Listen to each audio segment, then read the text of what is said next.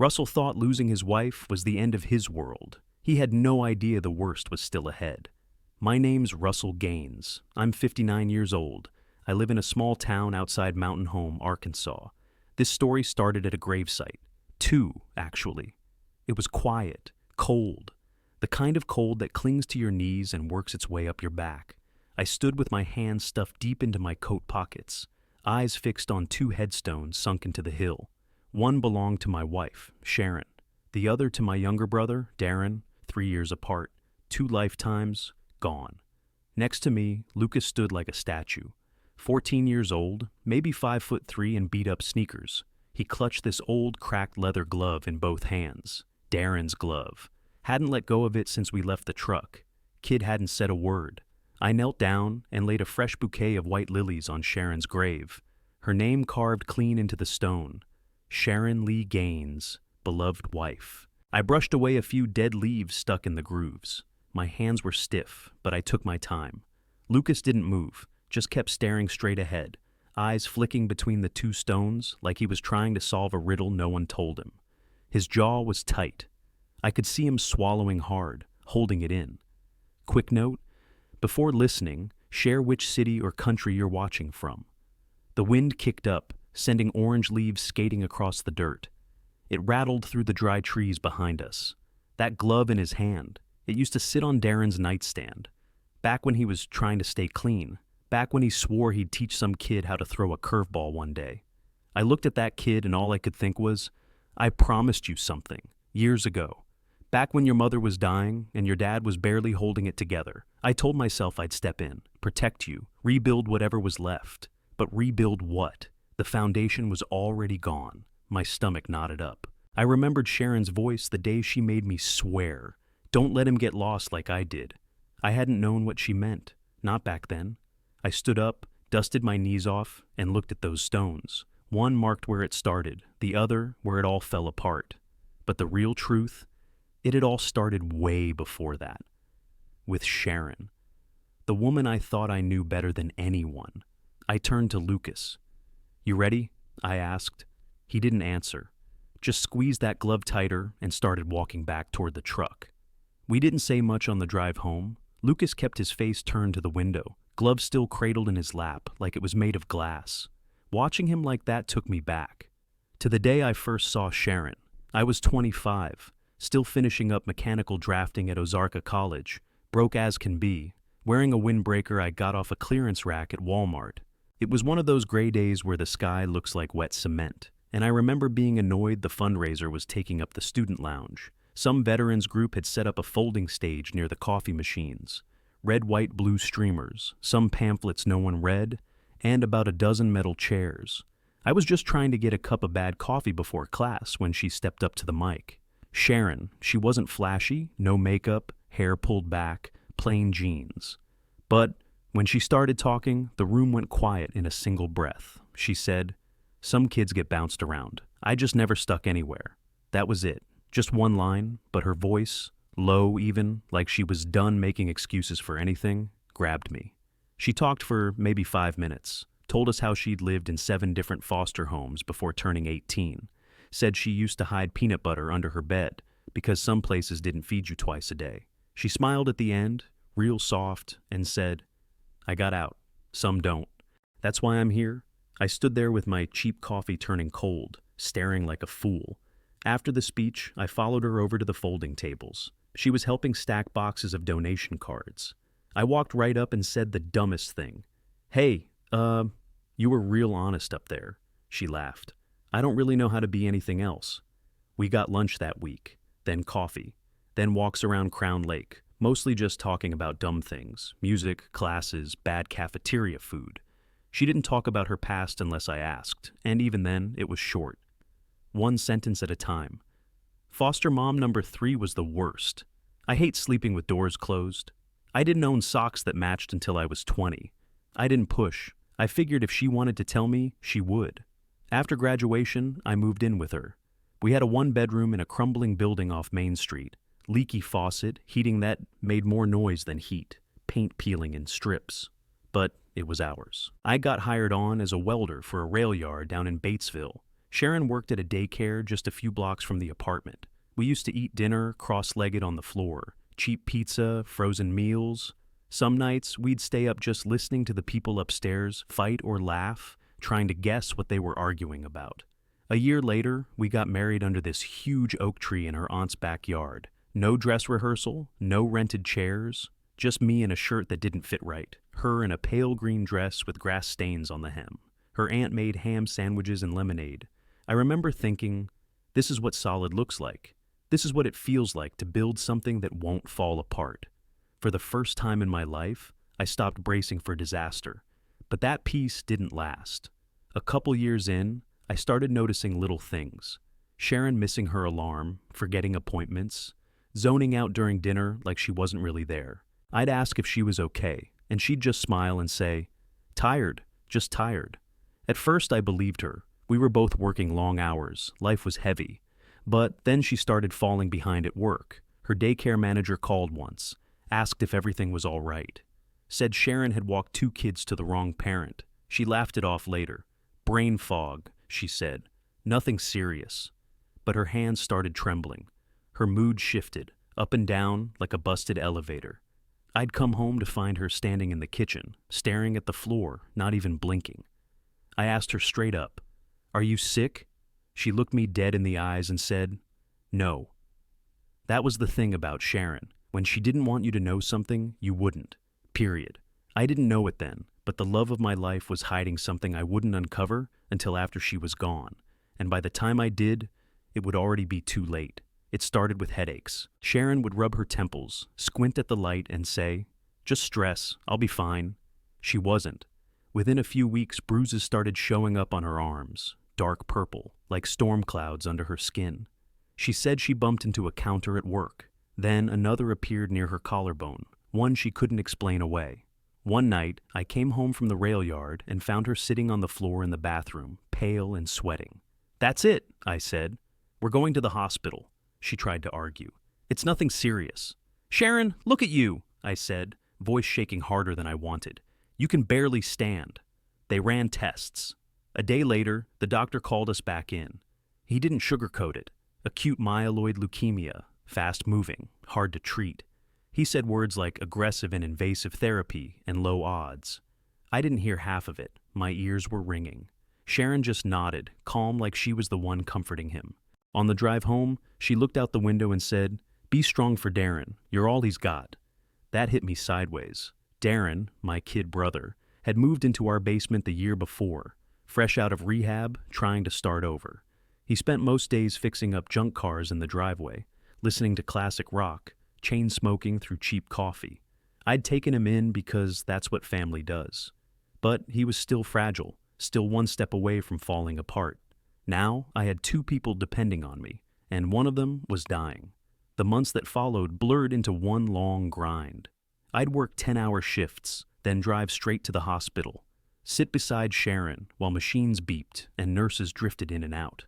I'd hold her hand until she fell asleep, then head home, praying Darren hadn't relapsed while I was gone. He tried, I'll give him that. He cooked dinner some nights, drove Sharon's prescriptions to the pharmacy, but I could see the cracks, the twitchy fingers, the restlessness. Every time I looked at him, I saw the fear in his eyes, the same one I had but didn't show. Winter came hard that year. Snow piled against the windows. The sky hung low and gray. Sharon's skin got paper thin, her voice softer each day. She stopped eating. The chemo did nothing but drain what little she had left. One night, I came in after work, exhausted and frozen. She was sitting up in bed, hair wrapped in a scarf, eyes clear for the first time in weeks. She said, "Sit with me." I did. She took my hand, smiled like she used to, and whispered, "Don't forget to live, Russ. Promise me that." Then she closed her eyes, just like that. No struggle, no sound, gone. I sat there until the nurse came in, didn't cry, didn't move, couldn't. When we brought her home for the service, Darren didn't speak. Just stood in the kitchen afterward, silent, knuckles white against the counter. Then, without warning, he slammed his fist into the wall. The drywall cracked straight through. "She didn't deserve that," he shouted. "Not her." He was right. She didn't. I spent the next few days cleaning up, trying to keep the house from feeling like a tomb.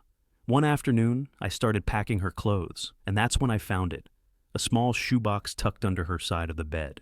Inside were old photos, a few postcards, and one sealed envelope. My name was written across the front in her handwriting. I sat on the edge of the bed, hands trembling, and opened it. Her letter started with "My Russ," like she always did. Then the rest struck hard. Before me, before any of this, she'd had a baby, a boy. She was 21, broke, alone, and gave him up for adoption. His name was Lucas. She wrote that not a day passed she didn't think of him. She said she'd searched a few times, but couldn't find where he ended up. Her last request was simple. If you can, find him. Do for him what no one ever did for me. Love him anyway. I sat there, letter shaking in my hands, the room spinning. All those years she'd looked away when people talked about family, all those long silences. It made sense now. I folded the letter, slid it back into the envelope, and just stared at her side of the bed, her hairbrush still on the dresser, her slippers under the chair. Every piece of her felt too alive to be gone. Darren came up from the basement not long after. His eyes were red, voice raw. "You okay?" I almost told him, almost handed him the letter right there. But I didn't. Not yet. That night, I couldn't sleep. I kept hearing her voice. Find him. Love him anyway. Somewhere out there, this boy was walking around. Maybe a teenager by now. Sharon's son. Her blood. And suddenly, it hit me. Maybe finding him wasn't just about her. Maybe it was the only way I had left to keep any part of her alive.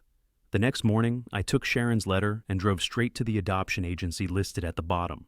The place was tucked between a dentist's office and a pawn shop, one of those buildings with flickering fluorescent lights and faded blue carpet that smelled like dust and lemon cleaner.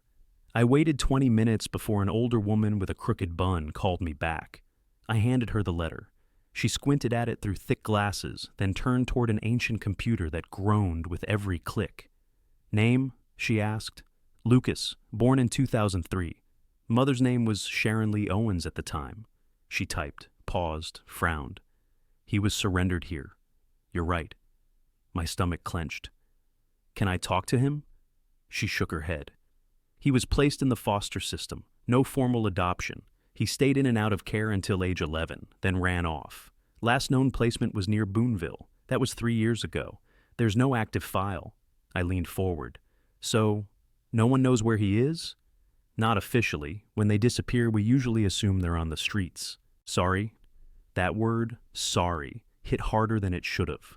I walked out, sat in the truck, and stared at the steering wheel like it might give me a different answer. After that, I started the search myself. I made flyers with what little I had. A photo of Sharon as a teen, a description, a birth date.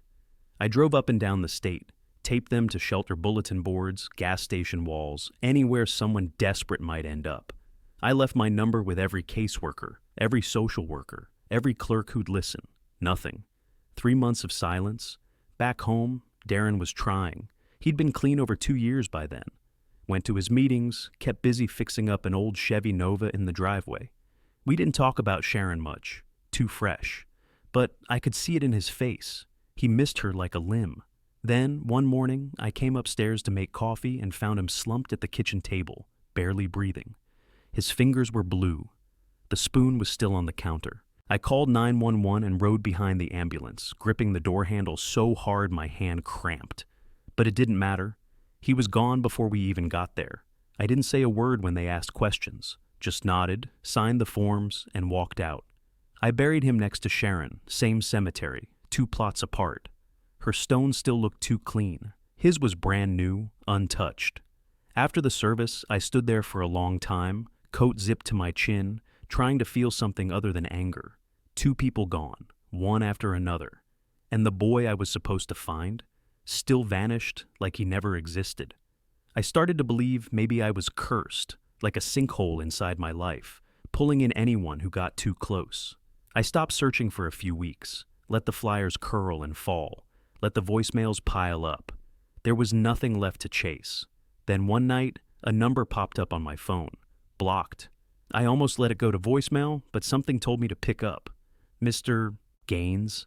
The voice was soft, female. "I'm a nurse at Mercy General. We have a boy here, no ID. He was found behind a diner off Highway 5. malnourished, dehydrated, but she paused. He has green eyes, just like the woman in your flyer. I didn't even finish the nurse's sentence. I just said, "What hospital?" and grabbed my keys. Mercy General was 45 minutes away, straight shot through the mountains. I took the curves too fast, tires whining on the switchbacks. My hands gripped the wheel so tight my knuckles turned white. The whole way there, my chest burned with something between hope and fear. I'd buried Sharon, buried Darren. If this turned out to be nothing, I didn't know what I'd do. The ER lobby smelled like bleach and day-old coffee. I walked up to the counter, said my name, and before I could even sit, a nurse in scrubs waved me through a set of doors. "He won't talk much," she said as we walked. "Won't tell us his name, but he keeps flinching like someone's gonna hit him. Thought you should see him first." She opened the door to a small exam room. The kid was curled up on the bed, knees tucked to his chest, eyes flicking toward me like he was already halfway to bolting. Messy dark hair, dirt smudged across his jaw, and those eyes, green and sharp and too painfully familiar. I knew right then. I reached into my coat and pulled out the one photo Sharon had saved. Lucas as a toddler, chubby cheeks, bowl cut, wide-eyed. I held it up. The kid's eyes narrowed, same jawline, same mouth, same stubborn look I'd seen in Sharon when she didn't want to explain herself. "I want a DNA test," I told the nurse. "Now." She nodded and left the room. The boy kept staring at me like I was something dangerous. I didn't move closer, just leaned against the wall and said, "I knew your mom." He snorted, turned his face to the wall. "She didn't want me." That cut deep. I wanted to argue, explain, fix it, but I didn't. You don't talk a kid like that out of what he's lived. You show up. So that's what I did. I came back the next day, and the next. I brought him clean clothes, a notebook, a deck of cards. I told him about Sharon, how she laughed loud at dumb sitcoms, how she made grilled cheese with way too much butter, how she used to sing in the car, off-key and proud. Little things. Human things. Lucas didn't say much, maybe a word or two. But he listened. I never asked questions he wasn't ready to answer. Never said, "I understand," because I didn't. I couldn't. But every day I sat in that plastic chair by his bed, hoping something would break loose. 3 days later, the results came in. He was Sharon's. Lucas didn't say a word when I told him, just nodded once and went back to staring at the ceiling. The hospital wanted to release him to foster care. I said no. I showed them Sharon's letter, told them I was looking for him because she asked me to. They stalled, made me sign a bunch of papers, but eventually let him come home with me as a temporary placement. Back at the house, he barely unpacked, just stood in the doorway of the spare bedroom like it belonged to someone else. He kept that same expression, flat, waiting for the next few weeks. Like he didn't believe he was staying. I kept showing up anyway, making food, folding his laundry, leaving snacks on the table like it was normal. He'd disappear for hours in the woods behind the house. Come back with dirt under his nails and that glove Darren used to keep in the garage. Somehow, Lucas had found it. Then, one afternoon, I caught him sitting on the porch steps with it in his lap. I walked past like I didn't see. Progress came in inches.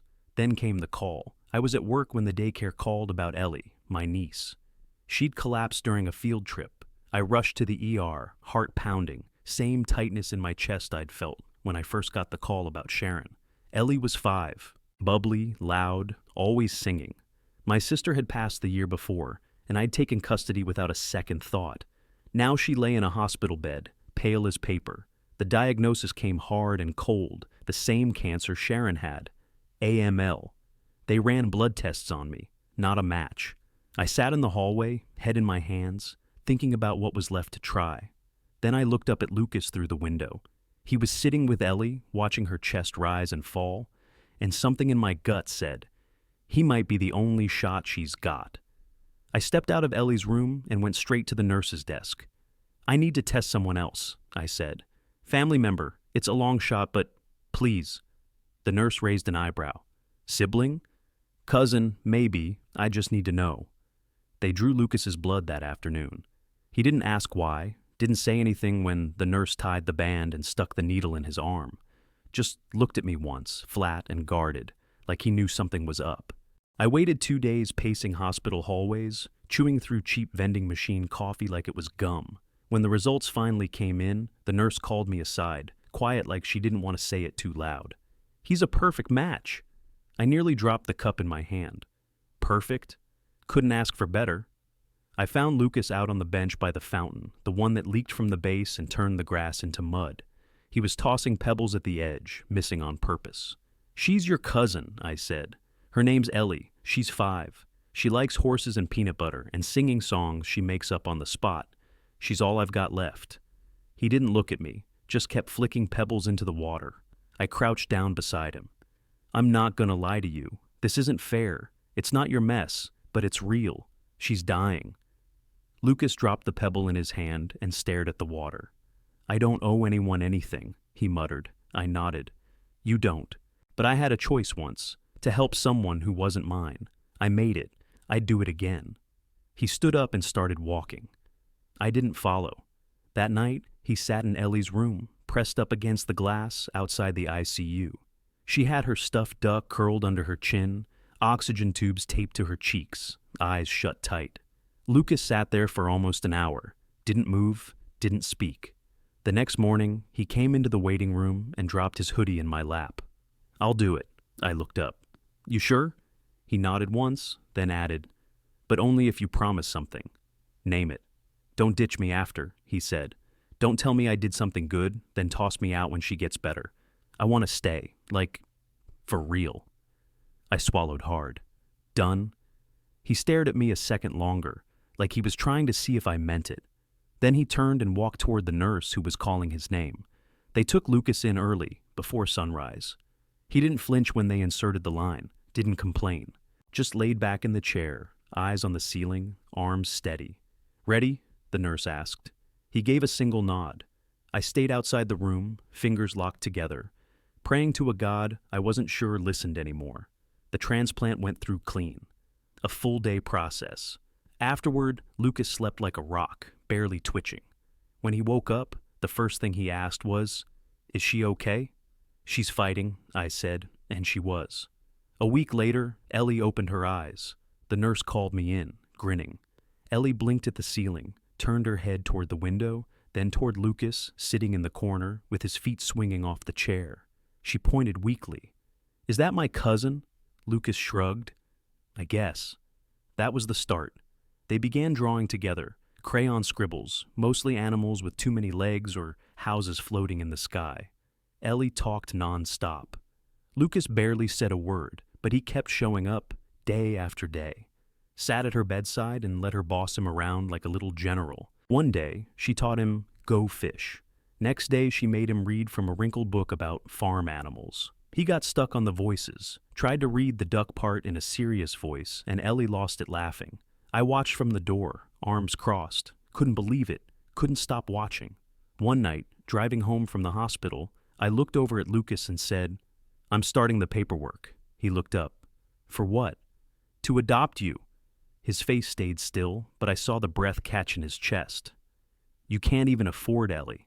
"I know, state's already pushing back, said I'm stretched thin, single, low income, one dependent already." "Then why try?" I gripped the steering wheel tighter. "Because your mom asked me to, and because I want to. That clear enough?" He didn't answer, but he turned toward the window and stayed quiet the whole ride home. Things were starting to click. We had a rhythm. Lucas made it to school 2 days in a row. Ellie laughed again. I dared to think maybe this was the start of something real. Then, about 3 weeks after the transplant, Ellie spiked a fever, 103. Her white blood cell count tanked overnight. The nurses looked nervous. The doctor came in, lips pressed tight.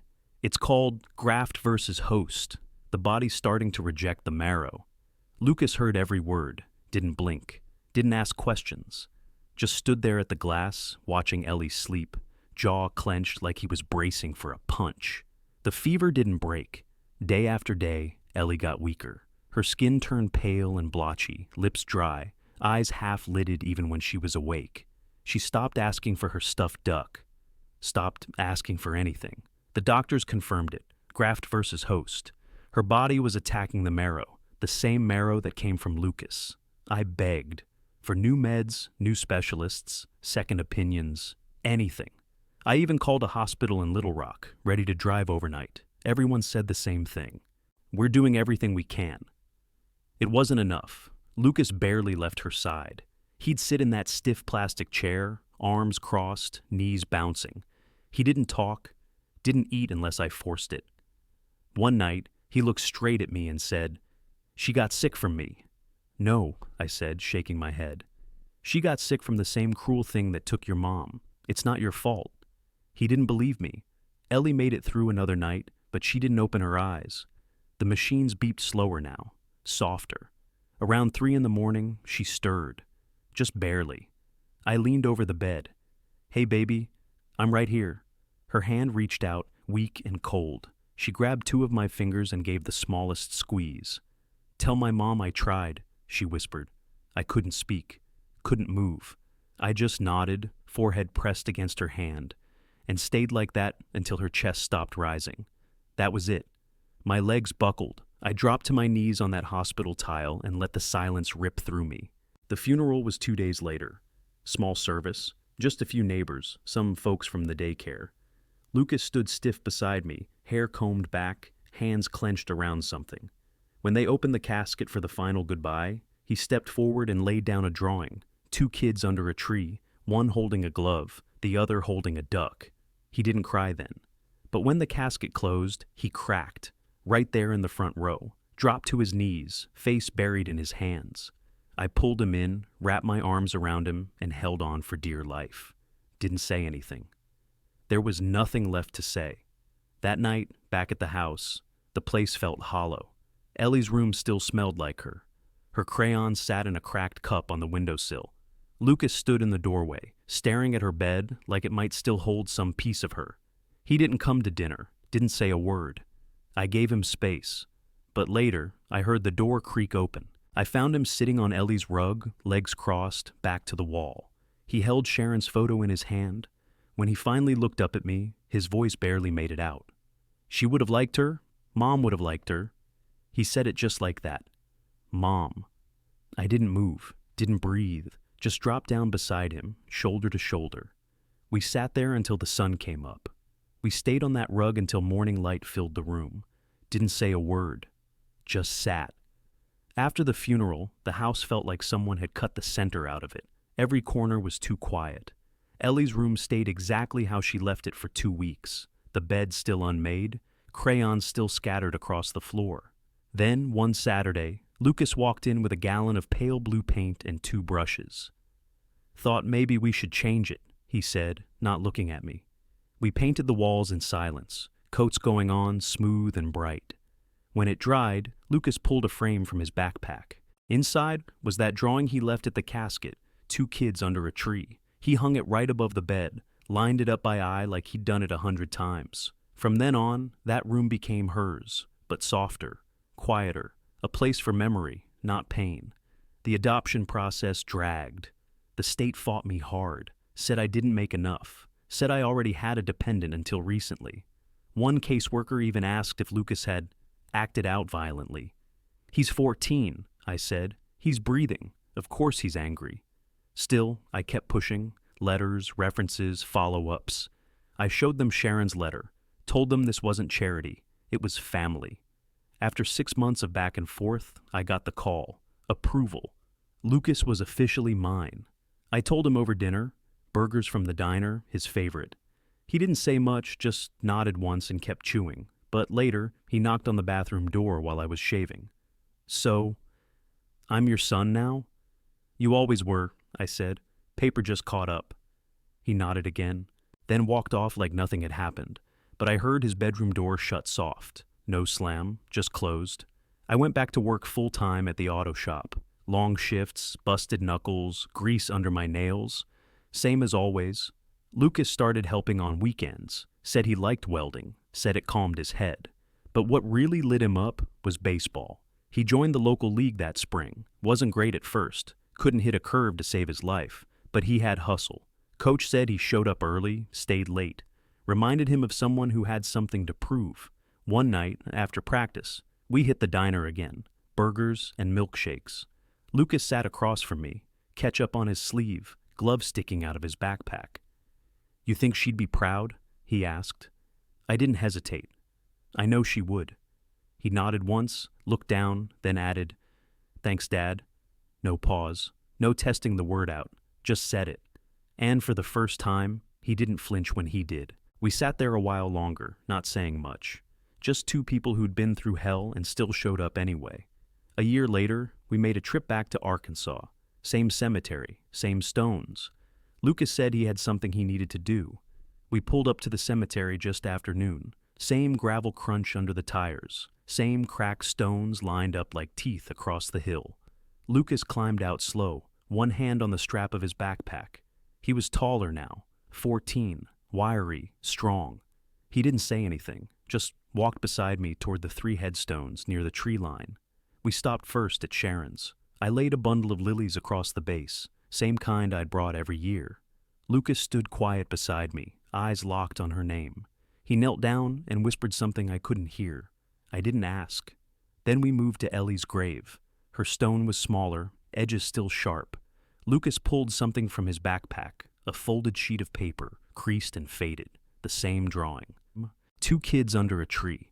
He set it down gently, anchoring it with a smooth rock. The wind picked up as we turned to Darren's. Lucas pulled the glove from his pack, the one he'd practiced with all summer, the one with the cracked leather and broken laces. He stared at it a long time, then placed it on the grass in front of the stone. He was your brother, Lucas said, but you're my father. I felt something hit my chest, hard, deep. I didn't trust my voice, so I just nodded. The trees rustled overhead, leaves scattering across the grass. The sky was heavy and gray, but not cold, just still. I reached out and gripped Lucas's shoulder. We'll be okay, I said quietly. He nodded once, didn't pull away. We turned and walked back toward the truck, boots crunching on loose gravel, not in a rush.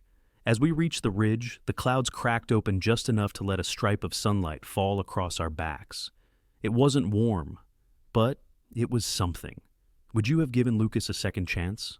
Drop your answer in the comments, then hit like and subscribe for more stories.